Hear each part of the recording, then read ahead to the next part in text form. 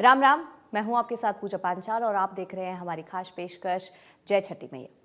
आज छठ महापर्व का तीसरा दिन है, जिसे संध्या अर्घ्य के रूप में जाना जाता है। आज शाम व्रती महिलाएं डूबते सूर्य को अर्घ्य देंगी। वैसे तो कई व्रतों और त्योहारों में उगते सूर्य की पूजा की जाती है, लेकिन डूबते सूर्य को अर्घ्य देने की परंपरा केवल छठ महापर्व में ही देखने को मिलती है। यही कारण है कि इस दिन का एक विशेष महत्व है। संध्या अर्घ्य से पहले व्रती महिलाएं बड़ी श्रद्धा से बांस की टोकरी यानी डाला को सजाती हैं। इसमें ठेकुआ, केले, नारियल, सेब, चावल के लड्डू, गन्ना और अन्य पूजा की सामग्री रखी जाती है। फिर परिवार के सभी सदस्य घाट या तालाब के किनारे एकत्र होते हैं। सूर्यास्त से कुछ समय पहले व्रती महिलाएं सूर्य देव की आराधना करती हैं और डूबते सूर्य को अर्घ्य देती हैं। इसके बाद वे 5 बार परिक्रमा करती हैं और सूर्य देव से अपने परिवार की सुख समृद्धि और स्वास्थ्य की कामना करती हैं।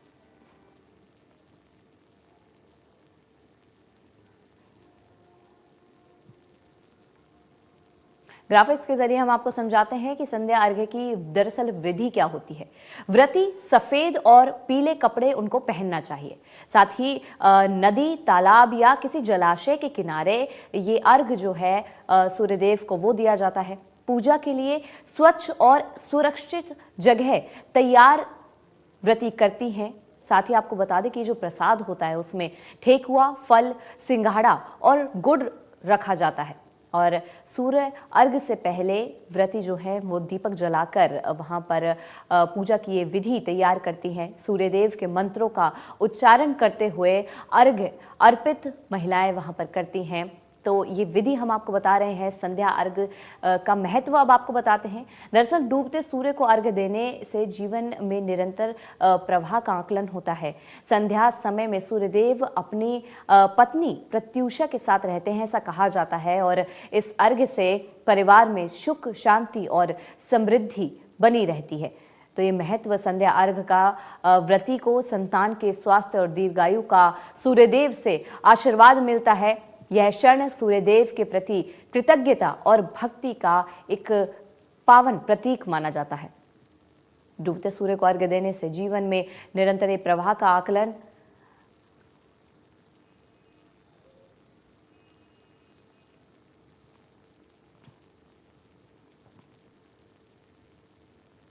वहीं हरियाणा में भी छठ पर्व का उल्लास जारी है। संध्या अर्घ्य के लिए घाट सजाए गए हैं। पंचकुला में श्रद्धालुओं के बीच वहां पर सीएम सैनी भी पहुंचेंगे। पंचकुला में घग्गर नदी के किनारे ये छठ घाट वहां पर बनाया गया है, जहां पर लाखों श्रद्धालुओं के लिए घाटों पर तैयारियां जो है वो दुरुस्त तरीके से की गई हैं। तो आज आपको हम बता रहे हैं छठ महापर्व का ये तीसरा दिन है, जिसमें आज डूबते हुए सूर्य को अर्घ्य देने की परंपरा है। और आज के दिन यहाँ पर पंचकुला की तस्वीरें हम आपको दिखा रहे हैं, जिसमें हरियाणा में भी आपको बता दें कि छठ पर्व को लेकर उल्लास लोगों में है।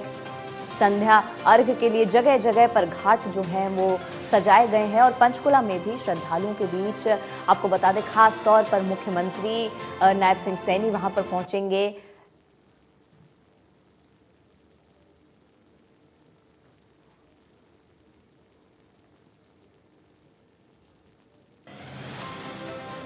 हमारे साथ south Haryana bureau chief Gulshan Grover जुड़े हुए हैं। गुलशन, वहां पर क्या कुछ तैयारियां हैं आज शाम के इस सूर्य के अर्घ्य को लेकर? देखिए, गुड़गांव में सैकड़ों जगह छठ का महापर्व मनाया जा रहा है और गुड़गांव में कई जगह जो है वो घाट बनाए गए हैं। मैं इस समय कादीपुर के कम्युनिटी सेंटर में हूं, जहां पर घाट जो है वो पूरी तरह से बन गया है, लेकिन अब पानी भरने का जो काम है वो यहां पर किया जा रहा है। टैंकर के माध्यम से जो पानी है वो भरा जा रहा है, क्योंकि शाम का समय होगा जब डूबते सूर्य को अर्घ किया जाएगा और अर्घ करने के बाद तमाम जो महिलाएं हैं वो यहाँ डूबते सूरज को अर्घ्य पानी में खड़ा होकर देंगी। और ये छठ का महापर्व बड़े ही आस्था के साथ जो है पूर्वांचली लोग मनाते हैं, यूपी और बिहार के तमाम लोगों से मनाते हैं। और एक तस्वीर और आपसे साझा कर दूं कि ये जो बेलियां आप देख रहे हैं, ये तमाम परिवार के लोगों ने ये बेलियां बनाई हुई है और इन्हीं बेलियों के चारों तरफ पूरा परिवार यहाँ बैठता है, पूरी परंपरा के साथ छठी मैया का जो त्योहार है वो मनाते हैं।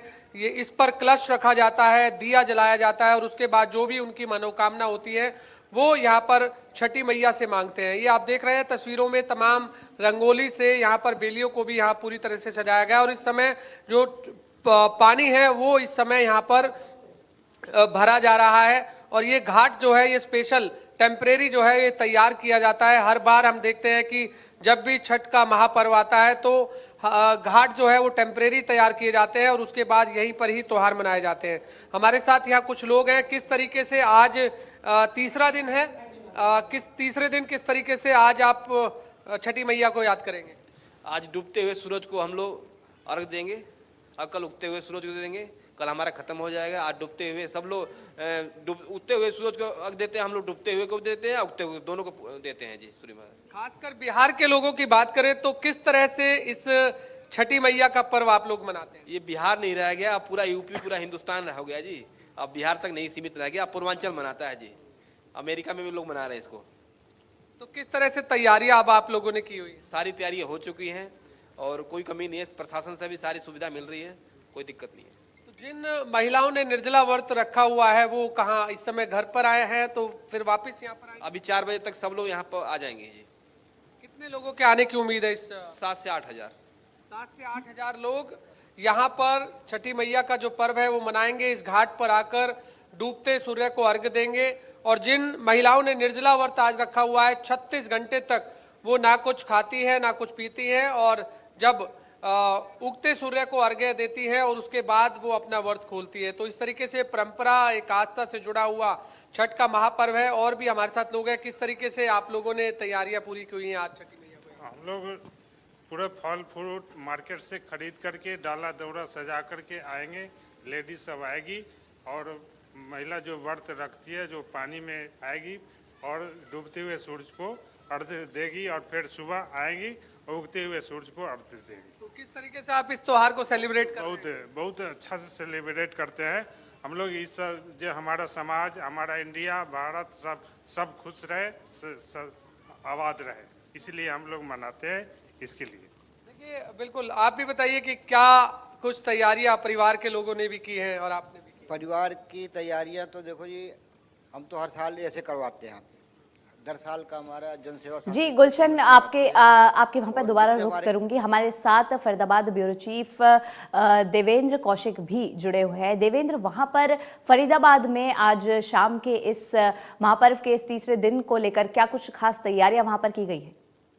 बिल्कुल, देखिए फरीदाबाद में चूंकि पूर्वांचल समाज के काफी लोग रहते हैं और ऐसे में यहाँ पूरे फरीदाबाद की अगर बात करें तो 100 के करीब घाट बनाए गए हैं और आज क्योंकि डूबते सूर्य को अर्घ देना है और इसको लेकर तमाम तैयारियां घाटों पर की गई हैं, साफ सफाई की गई है। पिछले 10 दिन से लगातार ये तैयारी हमने शहर में जगह जगह देखी थी। ऐसे ही एक घाट पर हम पहुंचे हैं, आप देखेंगे तो यहाँ ये एक घाट बनाया गया है जिसमें जल छोड़ा गया है और अब चूंकि शाम को बताया जा रहा है कि 4 बजे के करीब तमाम जो व्रतधारी हैं वो यहाँ पहुंचेंगे और जैसे ही सूर्य डूबेंगे तो उनको अर्घ्य यहाँ दिया जाएगा। तो ये तैयारी पहले से अब की गई थी जिस तरह से, और अब व्रतधारी तमाम यहाँ धीरे धीरे पहुंचना भी शुरू होंगे। कुछ लोग भी यहाँ पहुंचे हैं जो तैयारियों में जुटे हुए थे। काफी महिलाएं भी हैं जो इस छठ पर्व को मनाती हैं। काफी कठिन ये पर्व माना जाता है हिंदू में, क्योंकि अभी ये केवल पूर्वांचल समाज का नहीं बल्कि पूरे देश भर में इसी तरह से धूमधाम से ये पर्व मनाया जाता है।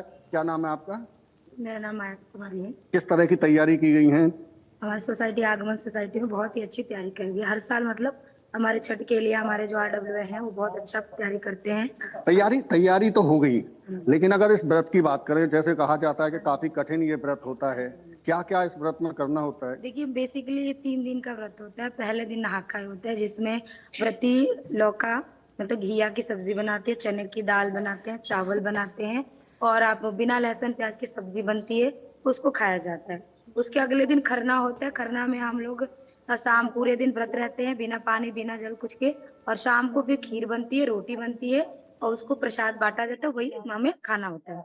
उसके बाद फिर अगले दिन पूरा दिन पूरी रात व्रत होती है। शाम को हम आते हैं घाट पे डूबते हुए सूर्य जी को अर्घ देते हैं। तो ये जो आज का दिन है वो ये तीसरा दिन आप बात कर रहे हैं? आज का तीसरा दिन हम लोग 4 साढ़े 4 बजे को घाट पे आएंगे।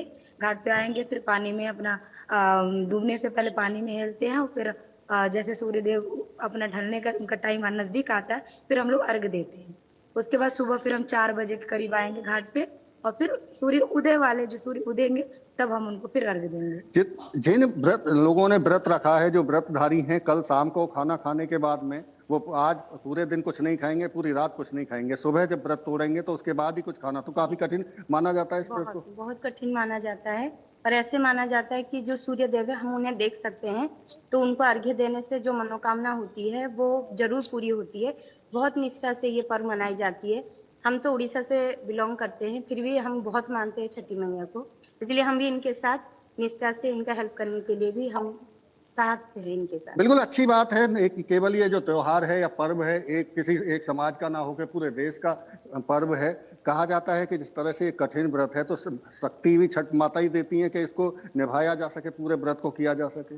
हाँ जी, शक्ति भी वही देती है। हम भी व्रत तो हम नहीं रखते, मतलब इनके साथ ही हम आते हैं, पूरा सहयोग इनका करते हैं और छठ मैया का आशीर्वाद देने के लिए हम भी यहाँ रहते हैं। कितना कठिन, आपकी नजर में कितना कठिन है? और क्या मन्नत, जिस तरह से बताते हैं कि मन्नत पूरी होती है अगर छठ का व्रत रखते हैं तो? कहते हैं कि बहुत अच्छी जो भी मनोकामना मांगते हो वो पूरी होती है, छठ मैया पूरी करती है। सब लोग बड़ी श्रद्धा भाव से और बड़े नियम से इस व्रत को करते हैं। छठ मैया सबकी मनोकामना पूर्ण करे। छठ मैया सबकी मनोकामनाएं पूरी करती हैं। आप प्रधान हैं, यहाँ किस तरह से तैयारी की गई और कितने साल से यहाँ ये छठ मना रहे हैं? सभी को नमस्कार। पिछले 6 साल से हमारी सोसाइटी बनी है, आगमन सोसाइटी सेक्टर 17 IMT फरीदाबाद में है, और जब से ही हम इसका आयोजन कर रहे हैं, ये हमारी बहनाएं हैं जिन्होंने व्रत रखा हुआ है। तो जो सेवा का हमारे को मौका मिलता है हम अपनी तरफ से अच्छी कोशिश करते हैं तैयारी की। और आज ये माताएं बहनें शाम को अर्घ देंगी, कल सुबह उगते सूर्य को अर्घ देंगी। सारी सोसाइटी के निवासी शाम के टाइम यहाँ पे होंगे मिलजुल के और बड़े अच्छे वातावरण में, माहौल में। मतलब आप ये कह रहे हैं कि जो व्रत रख रहे हैं या पूर्वांचल समाज के, चूंकि माता छठ का व्रत ज्यादातर रखते हैं, लेकिन सभी समाज तमाम लोग इकट्ठा होते हैं। हिंदुस्तान बसा हुआ है हमारी सोसाइटी में, हर प्रांत से प्राणी यहाँ रह रहे हैं। सब मिलजुल के शाम को यहाँ पूजा पाठ करेंगे, अपनी मन्नत मांगेंगे और छठ मैया सबकी मनोकामना पूर्ण करेगी। छठ मैया सबकी मनोकामना पूर्ण करेगी। आप पूर्वांचल समाज से हैं? मैं बेसिकली बिहार से हूँ, हाँ। बट आगमन सोसाइटी में मैं पिछले 6 साल से रह रहा हूँ। अच्छा, एक बात बताइए, क्योंकि जैसे हम अभी बात कर रहे थे, व्रत भी रखती हैं महिलाएं ही रखती हैं, लेकिन क्या पुरुष भी व्रत रखते होंगे? और ये छठ पर्व कोई भी कर सकता है, पुरुष हो महिलाएं हो, ये हर किसी के लिए है। जो भी ये उपवास 4 दिन 5 दिन का है करके, ये कठिन तपस्या है, ये पर्व नहीं, एक तपस्या है और इसको करने के लिए कोई भी सक्षम है, पुरुष हो महिला हो, कोई भी कर सकते हैं। और इस आगमन सोसाइटी में जो पिछले 6 साल से हम लोग इस पर्व को मनाते आ रहे हैं, इसमें RW का भी काफी घाट बनाने में सहयोग होता है। इनके सहयोग से हम घाट बना पाते हैं। बाकी छठ पूजा समिति का भी हम लोग का प्रावधान चल रहा है।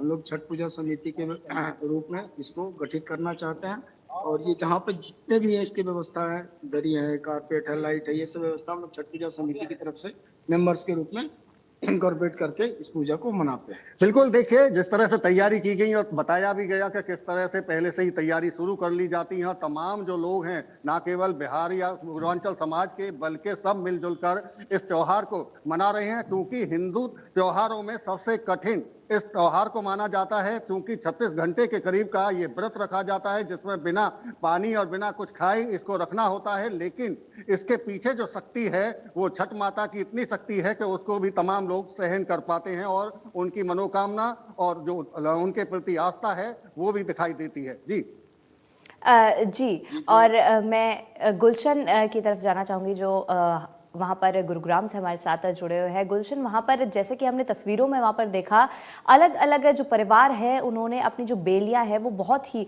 सुंदर और अनोखे तरीके से वहाँ पर सजाई हुई हैं। तो इन बेलियों को वहाँ पर क्या महत्व उन लोगों के लिए होता है? और ये आज जो तीसरा दिन है ये बहुत ही महत्वपूर्ण माना जाता है। 36 घंटे का जो व्रत है, निर्जल व्रत है, वो महिलाएं वहाँ पर कर रही हैं। तो क्या कुछ महत्व है? क्या सुंदर सुंदर बेलियाँ वहाँ पर एक तरीके से बनाई गई हैं?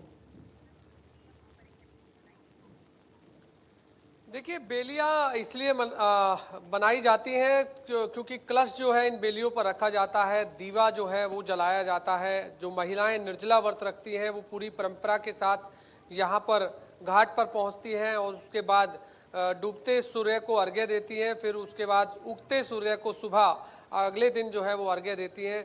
तो ये परंपरा जो है ये आस्था जुड़ी हुई है, छठी मैया को याद किया जाता है और कहा जाता है कि पहला ऐसा ये छठ का महापर्व होता है जब डूबते सूर्य को जो है अर्घ्य दिया जाता है। हालांकि उगते सूर्य को तो तमाम जो लोग हैं वो रोजमर्रा की जिंदगी में भी हम देखते हैं कि उगते सूर्य को लोग जो है वो अर्घ्य देते हैं, लेकिन डूबते सूर्य को अर्घ्य देना ये छठी मैया का महापर्व पर हम देखते हैं। पूर्वांचली लोग इसे बड़ी ही धूमधाम से मनाते हैं। और एक तस्वीर फिर मैं आपसे यहाँ पर साझा कर दूं कि किस तरीके से यहाँ पर जो बेलियां हैं वो यहाँ पर बनाई गई हैं और खासकर बेली का क्या महत्व है और हम यहाँ पर जो लोग हैं पूर्वांचली लोग उन्हीं से ही जानते हैं, क्योंकि अलग अलग तरह की यहाँ बेलियां बनाई गई हैं। किसी ने छोटी बेलियां बनाई हैं, किसी ने बड़ी बेलियां बनाई हैं और इनका क्या महत्व होता है। ये बेलियां जो आप बनाते हैं, इन बेलियों का क्या महत्व होता है?